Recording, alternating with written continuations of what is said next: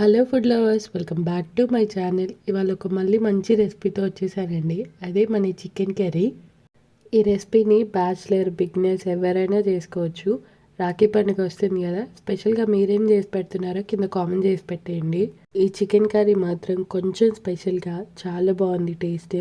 ఎప్పుడైనా ఇలా recipe try చేయకపోతే ఒకసారి ట్రై చేసి చూడండి. ముందు క్లీన్గా వాష్ చేసి చికెన్ని తీసుకోండి. ఇప్పుడు ఒక బాండీలో కొంచెం ఆయిల్, ఆనియన్స్ కొంచెం ఎక్కువ వేసుకోండి. ఆనియన్స్ కొంచెం వేగిన తర్వాత పచ్చిమిరపకాయలు, అల్లం పేస్ట్ ఫ్రెష్ది ఉంటే వేసుకోండి. అప్పుడు ఇంకా టేస్ట్ చాలా బాగుంటుంది.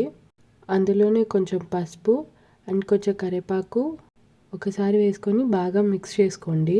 అది కొంచెం వేగిన తర్వాత అందులోనే కొంచెం పుదీనా కూడా వేసుకొని బాగా కలుపుకోండి. ఆనియన్స్ కొంచెం మంచిగా వేగాలి. మనం ముందే క్లీన్ చేసి పెట్టుకున్నాం కదా చికెన్, అది కూడా వేసుకోండి. అంతా చికెన్ వేసుకొని ఒకసారి మంచిగా కలుపుకొని ఒక్క 5 minutes లేదా 2 minutes వదిలేయండి. అలా వాటర్ అన్నీ పైకి తేలుతాయి చికెన్లో ఉన్నాయి. ఇప్పుడు మెయిన్గా ఇందులో మసాలా ప్రిపేర్ చేసుకుందాము. దాంతోనే మనకి టేస్ట్ ఇంకా బాగా వస్తుంది. ఇప్పుడు ఒక మిక్సీ జార్లో జీలకర్ర ఒక 1/2 teaspoon అండ్ మీ దగ్గర బాదం ఉంటే బాదము, లేకపోతే జీడిపప్పు ఉంటే జీడిపప్పు కూడా వేసుకోవచ్చు. 1 స్పూన్ ధనియాలు అండ్ 1.5 teaspoon కొబ్బరి పొడి వేసుకోండి. ఇంకా మీ దగ్గర ఉంటే గసగస యాడ్ చేసుకొని మంచిగా మిక్సీకి పెట్టుకోండి. కొన్ని వాటర్ కూడా యాడ్ చేసుకోవచ్చు. ఇప్పుడు కొంచెం చికెన్ ఉడికిపోయి ఉంటుంది కదా, అందులో ఈ పేస్ట్ని కూడా అందులో యాడ్ చేసుకొని ఒక 2 minutes ఇలా కర్రీ చేసుకోవచ్చు, ఫ్రై కూడా చేసుకోవచ్చు. రెండింటికి టేస్ట్ బాగుంటుంది. అలాగే కుక్ చేసుకున్న 2 minutes తర్వాత ఇందులో మీకు కావాల్సిన స్పైస్కి తగ్గట్టు కారం, ఉప్పు కూడా వేసుకోండి. వాటర్ ఏమి వేయకుండా ఒక 5 నిమిషాలు అలా కుక్ చేసుకోండి. ఈ రెసిపీని చిన్నపిల్లలకు కూడా బాగా ఇష్టపడి తింటారండి.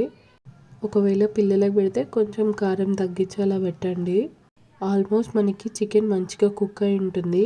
ఇందులో మీకు కావాల్సినంత వాటర్ గ్రేవీకి తగ్గట్టు వేసుకొని మళ్ళీ ఒక 2 to 3 minutes అలా మంచిగా కుక్ చేసుకోండి. అందులోనే కొంచెం ధనియాల పొడి, లాస్ట్లో కూడా కొంచెం కొత్తిమీర వేసుకొని మంచిగా మిక్స్ చేసుకొని ఒక 2 minutes అలా మళ్ళీ కుక్ చేసుకోండి. అంతే, సింపుల్గా మన ఎమ్మి చికెన్ కర్రీ రెడీ. మీకు ఉప్పు కారం సరిపోయిందా లేదా చూసుకొని ఒకవేళ యాడ్ చేసుకోండి. ఈ రెసిపీ మీకు నచ్చితే like, share and subscribe and keep watching. Thank you.